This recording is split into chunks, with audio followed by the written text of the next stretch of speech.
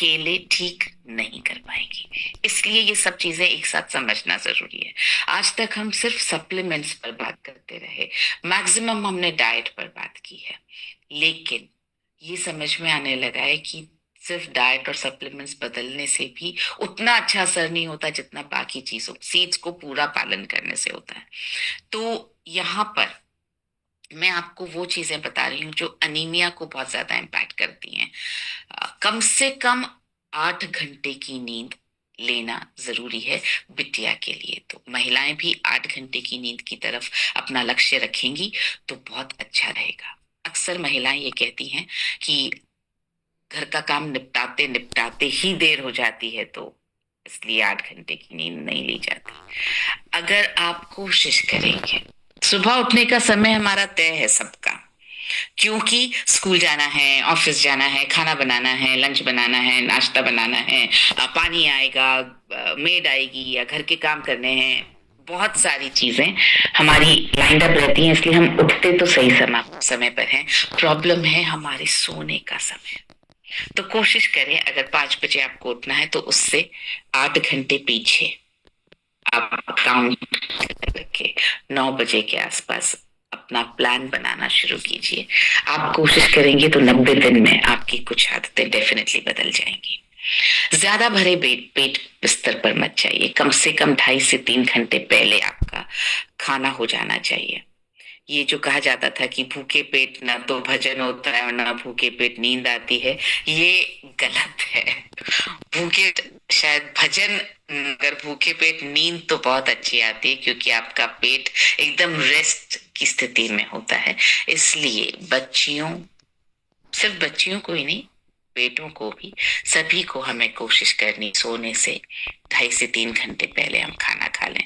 तो आप खाना खाने का समय अपने परिवार में रखें करीब 7 बजे का, ताकि आप 9 साढ़े 9 बजे सोने का प्लान कर रहे हैं तो तब तक आपका भोजन पच जाएगा। अपनी दिनचर्या में शारीरिक गतिविधि को शामिल करना बहुत जरूरी है।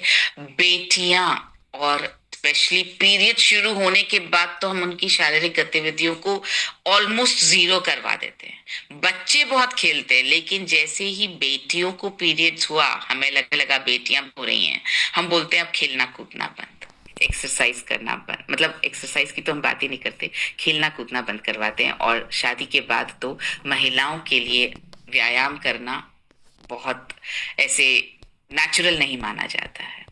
अब जैसे जैसे जागरूकता आ रही है, महिलाएं व्यायाम करने लगी हैं, मगर अभी बहुत दूर तक हमें इस सफर को तय करना है।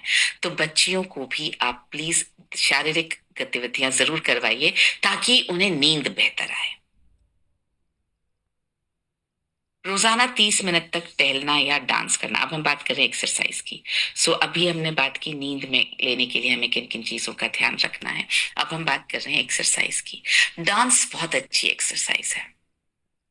आपने I am sure TC sir को भी देखा होगा कि उन्होंने डांस को अपनाया है। अगर आप भीलवाड़ा पहुंचे हैं और वहां आपने टीसी सर का सेशन अगर अटेंड किया है, और तो जो एक मन में झिझक रहती है कि डांस तो आता नहीं है, करेंगे कैसे, टीसी सर से प्रेरित होकर के मैंने भी डांस करना शुरू किया। मेरे को डांस करना बिल्कुल नहीं आता, और तो जब मैंने उन्हें देखा तो मैंने कहा जब सर अपनी झिझक को छोड़ करके और सर इसको अपना सकते हैं, तो फिर मैं तो हुई क्या, मैं क्यों नहीं अपना सकती हूँ। तो डांस एक बहुत अच्छी एक्सरसाइज है, इससे मन भी बहुत खुश रहता है। टहलना ऑफ कोर्स एक अच्छी एक्सरसाइज है, मगर डांस से आपका मन बहुत खुश रहेगा। तो कोशिश करें, बच्चियों को तो आप जरूर डांस करना सिखाएं, और महिलाएं जितनी हैं, आपको किसी और के सामने नहीं करना हो तो आप बंद कमरे में करें, मगर डांस करना एक अच्छी एक्सरसाइज है। धूप का सेवन करना बहुत जरूरी है, क्योंकि विटामिन डी आपकी आरबीसी, रक्त कोशिकाओं के विकास में बहुत मदद करता है। तो धूप का सेवन आधा घंटा सुबह करें या आधा घंटा शाम को करें। धूप के सेवन करते समय बच्चियों को आप बता सकते हैं कि वो अनुलोम विलोम प्राणायाम करें या कपालभाति प्राणायाम करें साथ में, उसी वक्त धूप के सेवन के साथ। सुबह का समय बहुत अच्छा है, सूर्योदय होते ही अगर धूप का सेवन किया जा सके तो उसकी आप आदत डलवाएं। 15 मिनट तक कपालभाति प्राणायाम करने से 15 मिनट में करीब 100 बार कपालभाति प्राणायाम हो जाता है। का जो स्वास्थ्य है वो बहुत बेहतर बना रहता है, और आपकी गायनोकोलॉजिकल हेल्थ भी बहुत अच्छी बनी रहती है।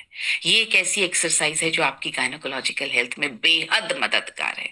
इसके बाकी फायदे तो बहुत सारे हैं ही। पेट पे वजन नहीं रहेगा, आपकी लंग की हेल्थ भी अच्छी रहेगी, आपका वजन कम होगा, ये तो फायदे हैं ही। लेकिन अनीमिया के हिसाब से कपालभाति के बहुत सारे फायदे हैं। ये रक्त के स्वास्थ्य को, उसकी क्वालिटी को और उसकी क्वांटिटी दोनों को बेहतर बनाने में मदद करता है।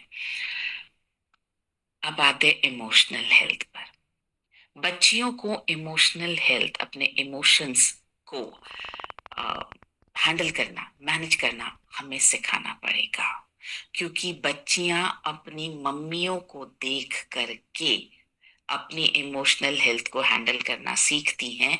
और हमारे देश में तो स्पेशली हमें पता है, महिलाएं बहुत ज्यादा स्ट्रेस में रहती हैं।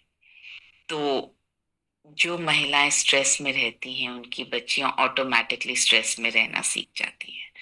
हमें एक्टिवली बच्चियों की खुशी के लिए काम करना पड़ेगा, और ये काम पूरे परिवार को मिलकर करना पड़ेगा। आपको बेसिक चीजें ही बदलनी पड़ेगी।